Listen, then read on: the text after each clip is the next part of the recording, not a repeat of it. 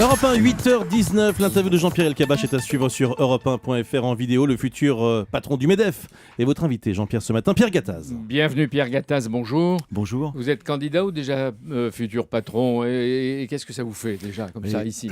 Écoutez, je suis très content de ce ralliement qui a été fait hier avec Geoffroy Roux de Bézieux et Patrick Berlusconi. L'élection finale, c'est le 3 juillet. On fêtera l'élection finale le 3 juillet. Qu'est-ce que vous ressentez là? Je ressens une certaine fierté d'avoir réussi avec les équipes et avec mes deux compétiteurs de se mettre ensemble pour représenter le MEDEF. Ça, c'est la langue de bois, mais ce que je demandais, c'est comment vous ressentiez, ce que vous nous disiez à l'instant. De l'enthousiasme, de l'optimisme et de voir que le MEDEF est capable d'avancer et de faire des propositions. Et vous voyez déjà patron des patrons? Je me vois, oui, bien sûr, mais avec une équipe. C'est une équipe et c'est surtout l'état de la France qui m'intéresse et c'est surtout nos entreprises. Donc déjà vainqueurs, faute de concurrents, ils se sont alliés ou ralliés avec l'aide de Frédéric Saint-Jour de l'UMM et de Denis Kessler qui était là ici et qui était dans l'ombre. Vous avez donc convaincu les deux concurrents de se rallier. Ce sera peut-être le 3 juillet un plébiscite, on verra. Mais la presse dit ce matin, le triumvirat. Non, c'est pas un triumvirat. En fait, il y a un chef de file, un président, moi-même, et il y aura deux vice-présidents délégués qui sont Geoffroy Roux de Bézieux, Patrick Berlusconi. Je crois que ce qui est très important, c'est la complémentarité que nous allons incarner. Non, mais ce que je retiens de ce que vous avez dit là devant Bruce et Julie, il y a un chef, c'est moi. Bien sûr, on ne peut pas faire autrement. C'est comme si vous hésitiez encore à dire le chef, c'est moi. Non, mais c'est une équipe collective, si vous voulez. Il faut un chef, bien évidemment, comme dans toute organisation. Le chef, c'est moi. Le problème, en effet, c'est qu'il faut qu'on soit collectif. D'accord, mais on doit retenir le chef ou le collectif? Allez-y. C'est un chef qui pilotera une équipe collective. Bon, on va le voir à l'œuvre. Martial Liu a raconté, qui est un reporter d'Europe 1 que vous connaissez, a raconté votre pacte, paraît-il, à 4 de la Porte Maillot, un dîner. Les deux objectifs, c'était éliminer Laurence Parisot et se rallier au mieux placé d'entre vous. Ben voilà, c'est fait, mission accomplie. Oui, mais il n'y avait pas de pacte exactement. Ce qui s'est passé, c'est pas éliminer. Mais il y a eu un dîner. Il y a eu des tas de dîners. Vous savez, le problème, c'est l'entreprise, c'est le MEDEF, c'est l'économie. Bien sûr. Donc vous serez 3 ou 5 hommes pour succéder à une femme, Parisot. Il y aura, pas exactement, il y aura une équipe de vice-présidents. On va la constituer avec Patrick et Geoffroy. Il y aura peut-être des femmes. Il y aura en effet une équipe qui va se constituer dans les semaines à venir. Pierre Gattaz, l'État va déposer très bientôt un recours en annulation de l'arbitrage, donc du jugement dans l'affaire Tapie, etc. Est-ce que vous êtes d'accord avec la remise en cause de l'arbitrage? Non, je pense que l'arbitrage est une bonne mesure. Par contre, ce sont les conditions de l'arbitrage qui sont importantes.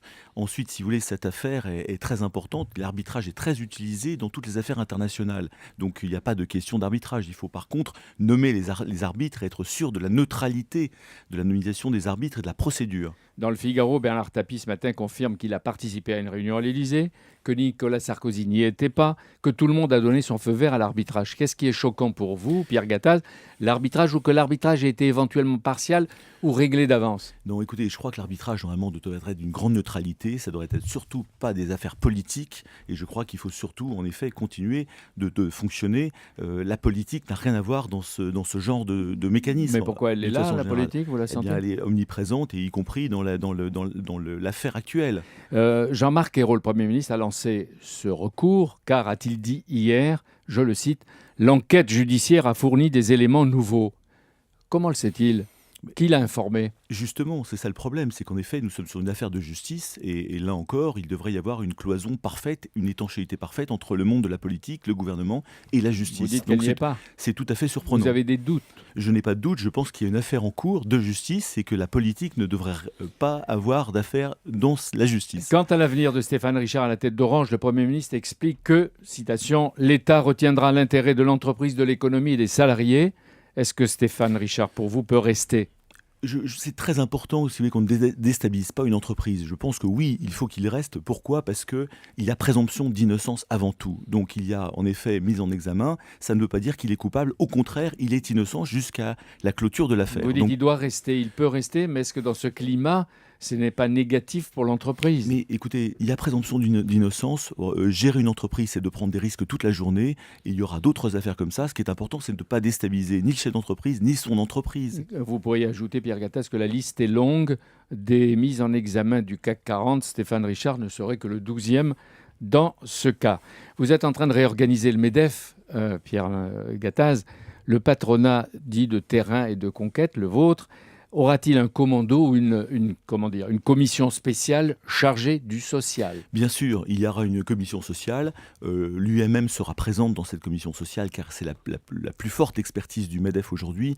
Et le social, il y a des sommets sociaux qui arrivent, des négociations sociales très importantes qui arrivent. Ce sera une des très grandes priorités. Vous allez le nommer le responsable avant la Oui, conférence? absolument. Nous souhaitons le nommer avant la conférence sociale. La rumeur fait de Jean-François Pillard de l'UIMM, qui est un fin connaisseur.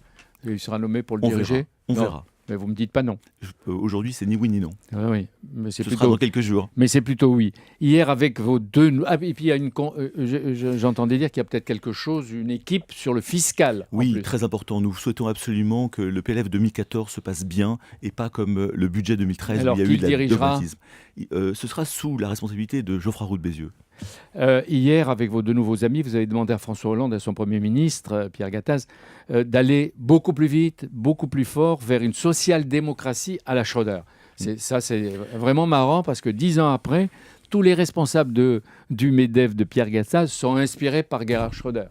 Oui, je crois que si vous voulez, on voit bien le talent de Gerhard Schröder et le fait que toutes les mesures qu'il ait prises et toutes les lois qui ont été prises ont été faites à l'aune de l'emploi et à l'aune de la compétitivité. Nous souhaitons que le gouvernement actuel fasse exactement comme Schröder l'a fait pour sortir la France de l'ornière économique. Autrement dit, vous êtes prêt à vous associer au gouvernement ou à l'appuyer ou à l'accompagner, comme vous dites, pour instaurer un agenda 2020 Absolument. à la Schröder?